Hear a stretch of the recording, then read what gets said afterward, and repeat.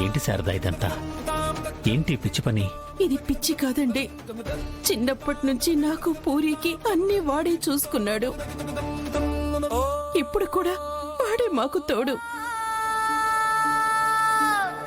కానీ నాకు రోజు రోజుకి వాడి భవిష్యత్తు ఏమైపోతుందనన్న భయం ఎక్కువైపోతుందండి.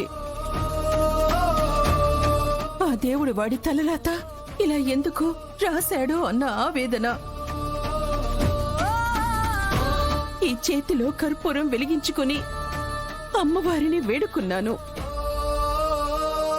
కనీసం ఇక నుంచైనా వాడి జీవితాన్ని వాడు కోరుకున్నట్టుగా ఇవ్వమని అడిగాను.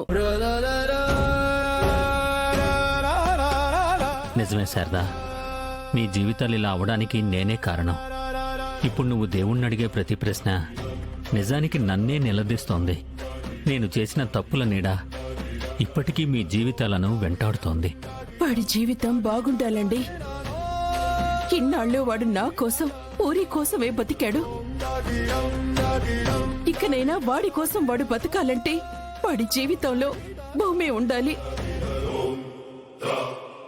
వాళ్ళిద్దరూ మళ్ళీ ఒక్కటై సంతోషంగా కాపురం చేసుకుంటూ ఉండటం చూడాలనుంది. ఎందుకిలా జరిగిందో తెలీదు కానీ ఆ అమ్మవారే పంపినట్టుగా ఒక స్వామీజీ వచ్చారు. వాళ్ల జాతకాలు చూసి పెళ్లైన తర్వాత సత్యనారాయణ స్వామి వ్రతం చెయ్యలేదని వెంటనే చేయించమని చెప్పారు. ఆ వ్రతం చేస్తే వాళ్ళిద్దరి మధ్య ఉన్న దోషాలు తొలగిపోయి మళ్లీ కలుస్తారని చెప్పారు. అందుకే మీకు ఫోన్ చేసి రమ్మని చెప్పాను. నువ్వు వాళ్ల కోసం ఇంత తపన పడుతున్నావంటే నీ కన్నీళ్లని ఆ దేవుడు వృధా చేయడు శారదా. ఈ తల్లి ఆవేదనని అర్థం చేసుకుంటాడా దేవుడు. ఖచ్చితంగా నీ కోరిక తీరుతుంది. దేవుడి మీద మాత్రమే భారం వేసి కూర్చోకూడదండి. మన వంతు ప్రయత్నం మనం చెయ్యాలి. అందుకే మీరు నాకొక పని చేసి పెట్టాలి. చెప్పు శారదా, ఏం చేయమంటావో చెప్పు, చేస్తాను. మీరు ఏం చేసైనా సరే భూమిని మన ఇంటికి తీసుకురండి.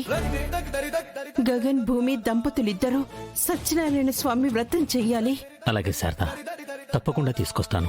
తీసుకొస్తానని చెప్పడం కాదు, మాటివ్వండి. ఇంతవరకు నేను మిమ్మల్ని ఏది ఇంత బలంగా అడగలేదు. ఈ ఒక్క పని తప్పకుండా చేసి పెట్టండి.